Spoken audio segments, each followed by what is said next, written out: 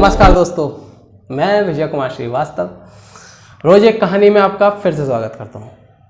आज मैं आपके लिए लेके आया हूँ एक और नई कहानी।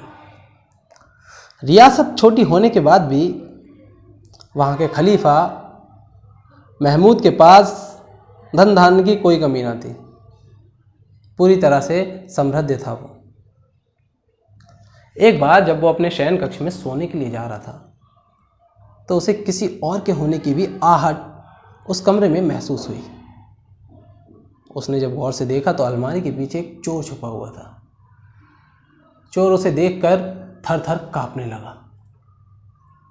उसने चोर पर बिना गुस्सा किए उसे अपने पास बुलाया और अपने पास में बिठाया और कहा कि देखने में तो किसी अच्छे घर के लगते हो, फिर ये चोरी ऐसे कार्य क्यों करते हो।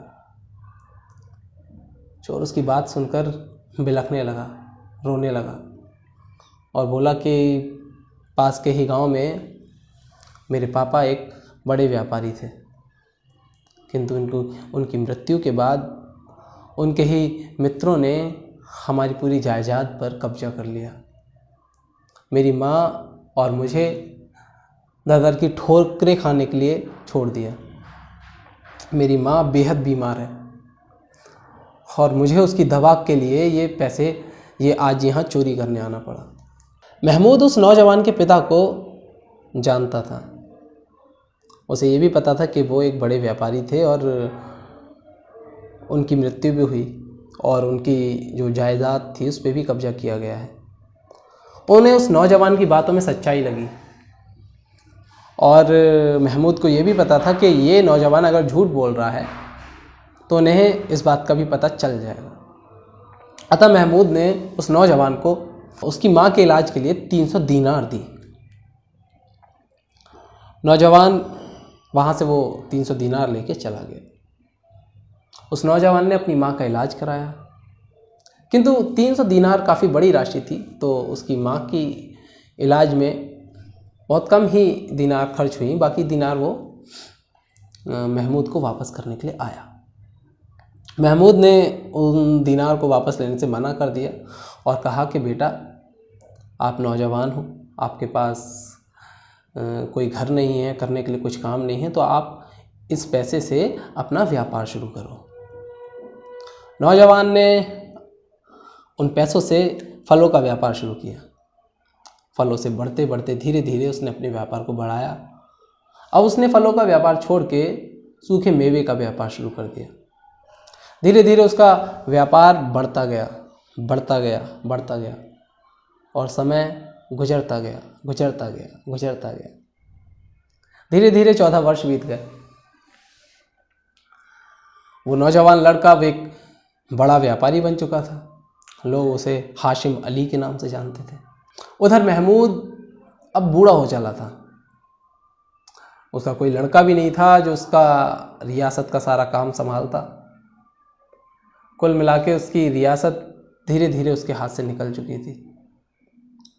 कुछ धनराशि, संपत्ति के नाम पे कुछ थोड़ी बहुत धनराशि और एक हवेली बस महमूद के पास रह गई थी। अब उसकी जो बेटी थी वो भी विवाह के योग्य हो चुकी थी, विवाह के लायक हो चुकी थी। तो महमूद को अपनी बेटी की शादी की भी चिंता थी।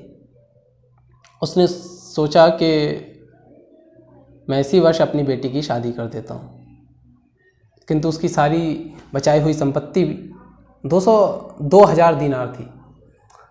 अब वो एक रियासत का मालिक रह चुका था। वो अपनी बेटी की शादी बड़ी धूमधाम से करना चाहता था।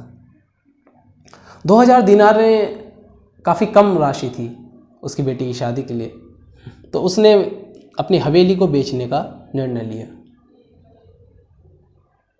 उधर हाशिम अली को महमूद की बेटी की शादी के बारे में पता चला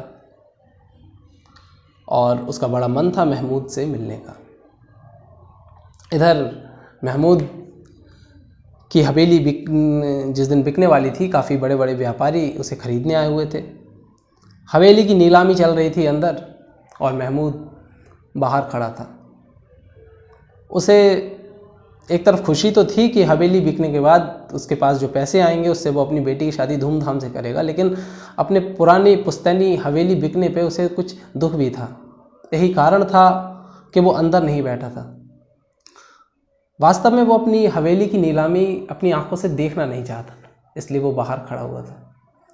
और फिर घर में शादी की तैयारियां भी चल रही थी।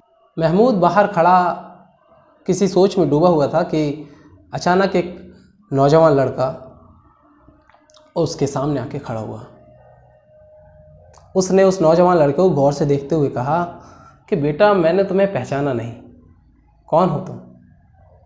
उस नौजवान लड़के ने महमूद की तरफ मुस्कुराते हुए देखा और कहा कि चचा जान, मुझे भूल गए? मैं वही नौजवान लड़का जो आपके घर चोरी करने आया था, हाशिम। हाशिम नाम सुन के महमूद ने उसे अपने गले से लगा लिया और कहा, अरे वाह, सुना है तुम तो एक बहुत बड़े व्यापारी बन गए हो। तुम्हें यहाँ देख के मुझे बहुत खुशी हुई। नौजवान लड़का बोला कि मुझे जैसे ही पता चला कि फ़ातिमा बहन की शादी है, मैं अपने आप को रोक नहीं पाया। मैं उसकी शादी के अवसर पे अपनी बहन को एक तोहफ़ा देना चाहता हूँ, उसी के लिए मैं आपके पास आया हूँ। आप उस तोहफे को लेने के लिए अपने हाथ आगे बढ़ा दीजिए। महमूद ने अपने हाथ जब आगे बढ़ाए तो हाशिम ने उन हाथों में उसकी हवेली के कागजात रख दिए। उन कागजात को देख के महमूद की आंखों में आंसू आ गए और बोले कि ये तो मेरी हवेली के कागज़ हैं।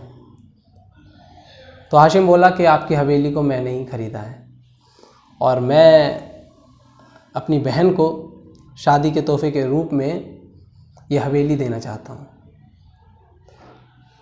उसकी बात सुन के महमूद बोला कि लेकिन मैंने तो तुम्हें सिर्फ 300 दीनारें। महमूद की बात काटते हुए हाशिम बोला कि मैं नहीं जानता 300 दीनारें। मैं तो बस इतना जानता हूँ कि मेरे बुरे वक्त में आपने मेरी मदद की थी और आपके बुरे वक्त में आपकी मदद करना मेरा फ़र्ज़ है। महमूद की बात सुन के नौजवान बोला कि मैं 300 दीनारें तो नहीं जानता, मैं तो बस इतना जानता हूँ कि जब मेरा बुरा वक्त था तब आपने मेरी मदद की थी और आपके बुरे वक्त में आपकी मदद करना मेरा फ़र्ज़ बनता है, इसलिए ये हवेली मैं आपको देना चाहता हूँ। इनकार मत करिएगा, वरना एक भाई का दिल टूट जाएगा। अब महमूद के पास कोई शब्द नहीं थे जो वो हाशिम से ये तोहफ़ा लेने से इनकार करता।